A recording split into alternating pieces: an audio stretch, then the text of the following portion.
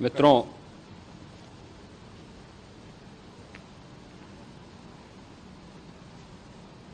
महाकुंभ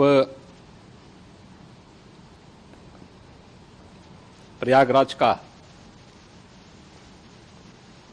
आज मौनी अमावस्या का मुख्य स्नान है और कल सायंकाल 7 बजे से ही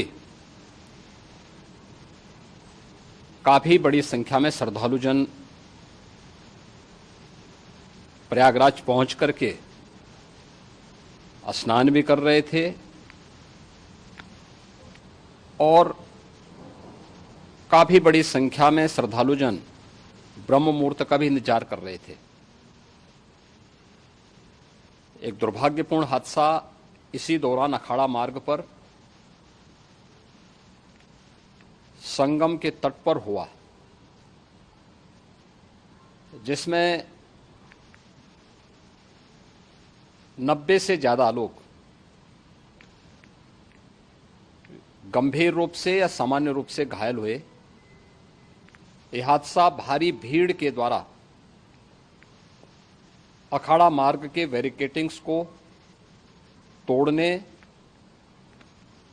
और उसके बाद उससे कूद करके जाने के कारण वहां पर हुआ है, जिसमें 30 के आसपास लोगों की दुखद मृत्यु हुई है। 36 घायलों का प्रयागराज में उपचार चल रहा है। शेष घायलों को उनके परिवार के सदस्य लेकर के चले गए हैं। घटना दुखद है, मर्माहत करने वाला है।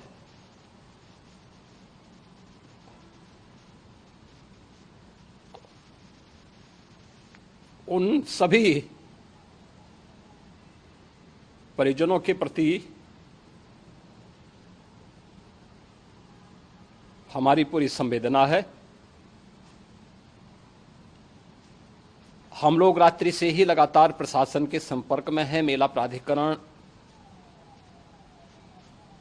पुलिस प्रशासन, एनडीआरएफ, एसडीआरएफ,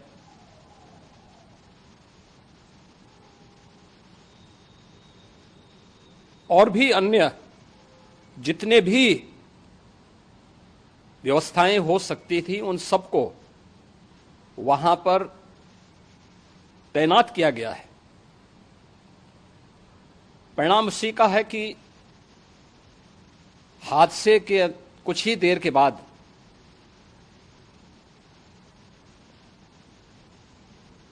राहत कार्य को ग्रीन कॉरिडोर बना करके प्रशासन ने, पुलिस ने, एनडीआरएफ और एसडीआरएफ के स्वयंसेवकों ने सभी लोगों को हॉस्पिटल तक पहुंचाने का काम किया है। लेकिन दुर्भाग्य से इस दौरान ये मौतें हुई हैं।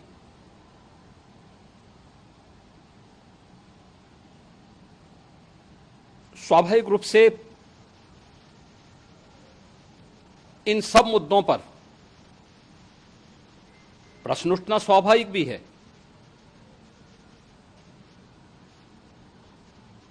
उपचार के बाद बहुत सारे लोग अपने परिवारजनों के साथ जा चुके हैं, उनके परिवार के लोग ले जा चुके हैं।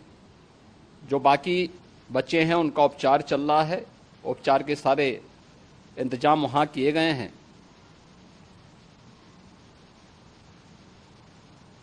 प्रेशर मौनी अमावस्या का ये मुख्य स्नान है महाकुंभ का, और बहुत ज्यादा प्रेशर प्रयागराज में होने के कारण सभी प्रकार के मार्ग भी चौक थे। रात्रि से ही प्रशासन उन मार्गों को खुलवाने और स्थिति को सामान्य करने के लिए पूरी तत्परता के साथ लगा भी रहा।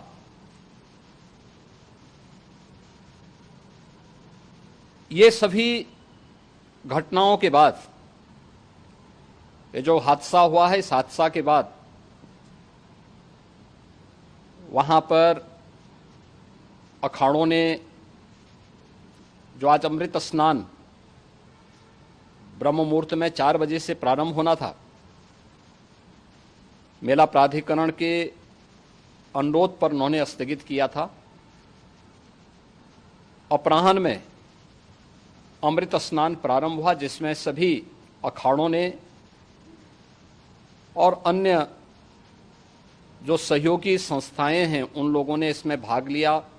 सभी पूज्य आचार्य महामंडलेश्वर भी इस अमृत स्नान में भागीदार बने। प्रयागराज में आज 8 करोड़ से अधिक लोगों का, श्रद्धालुओं का दबाव था।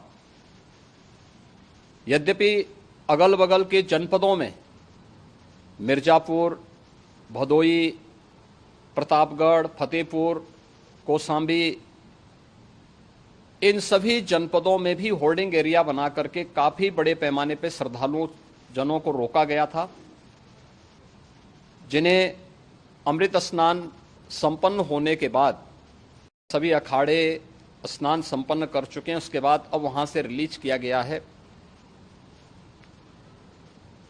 इतना भारी दबाव ये पहली बार वहां पर देखने को मिला था, और जिसके बारे में हम लोगों ने पूरे इंतजाम करने के प्रयास भी किए गए थे। रेलवे स्टेशनों पर, चाहे वह झूसी हो, चाहे वह प्रयागराज सिटी हो, प्रयागराज हो, फाफामऊ हो, उन सभी पर लगातार दबाव बना रहा। रेलवे ने भी इस दौरान वहां के दबाव को ध्यान में रखते हुए मेला स्पेशल चलाई। रूटीन और मेला स्पेशल को मिलाकर के लगभग 300 से अधिक ट्रेन रेलवे के द्वारा अब तक चलाई जा चुकी हैं, और जिससे श्रद्धालु जनों को उनके गंतव्य तक पहुंचाया जा सके।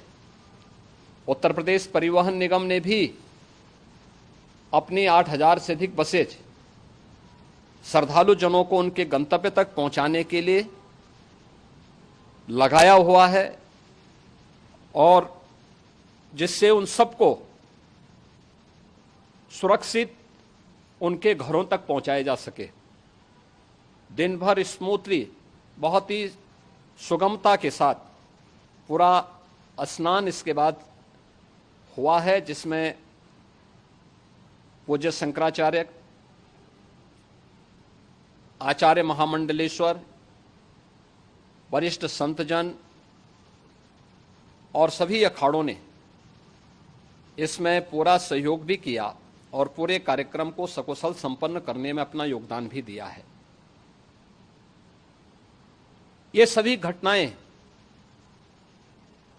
मर्माहत करने वाली भी हैं और एक सबक भी है, लेकिन हादसे के तह में भी जाने की आवश्यकता है, और इसी दिशा से सरकार ने भी तय किया है कि हम इसकी एक जुडिशियल इंक्वायरी भी करेंगे, क्योंकि कई बार रिव्यू होने के बाद स्थानीय स्तर पर हर प्रकार की सतर्कता के बाद आखिर कहां से ऐसे हादसे फिर भी होते हैं और हुए हैं।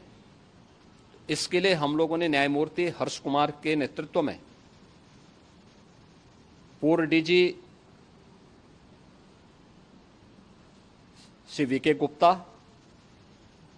और retired IAS Shri DK Singh, इन 3 सदस्यीय जुडिशियल कमीशन को भी इसके लिए गठित किया जा रहा है। इन सभी अन्य कार्यों के साथ साथ हम लोगों ने वहां की पूरी घटना पर आज पूरे दिन भर एक एक घटना को लेकर के मुख्यमंत्री का जो कंट्रोल रूम था, उस कंट्रोल रूम से भी, चीफ सेक्रेटरी के कंट्रोल रूम से भी, डीजीपी के कंट्रोल रूम से भी लगातार इन चीज़ों की मॉनिटरिंग की जाती रही। दिन भर बैठक चली है और लगातार एक एक घटना को लेकर के वहाँ पर प्रशासन के साथ संवाद भी रहा है, विभिन्न अखाड़ों के साथ संवाद रहा है, अन्य संतों के साथ भी दिन भर हम लोग संवाद बनाते रहे हैं। प्रातःकाल से आदरणीय प्रधानमंत्री जी का, माननीय गृह मंत्री जी का, माननीय राष्ट्रीय अध्यक्ष जी का, अन्य तमाम केंद्रीय मंत्रियों का, माननीय रेल मंत्री जी का, प्रदेश की माननीय राज्यपाल महोदया का भी इस संबंध में बराबर आवश्यक दिशा निर्देश भी और मार्गदर्शन भी प्राप्त होता रहा। इसको लेकर के यहाँ पर सरकार ने उसे नीचे मजबूती के साथ उतारने का कार्य करने का प्रयास किया। घटना अत्यंत दुखद है। मृतकों के प्रति मेरी विनम्र श्रद्धांजलि है। जितने भी मृतक के परिजन हैं, उन सभी परिवारजनों के प्रति जिन्होंने अपने परिवार के सदस्यों को खोया है, मेरी संवेदनाएं हैं। विनम्र श्रद्धांजलि उनके प्रति संवेदना मेरी है। और इस पूरी घटना की हम लोग न्यायिक जांच करवा करके इसकी तह में भी जाएंगे। इसके अलावा पुलिस के स्तर पर भी अलग से हम लोग इसके एक अलग से भी जांच करवाएंगे कि आखिर कहां पे ऐसे हादसे किन कारणों से हुए हैं, क्योंकि पहले से इस बारे में हम लोग हमारी रणनीति थी कि इतनी बड़ी संख्या में श्रद्धालु वहां पर आएंगे। मृतक के परिजनों के प्रति हम प्रदेश सरकार की तरफ से, जिन्होंने इस हादसे में अपने परिवार के सदस्यों को खोया है, वहां पर मेला प्राधिकरण के पास वो पूरी सूची है, उन लोगों ने उसको वहां पे जारी भी किया है।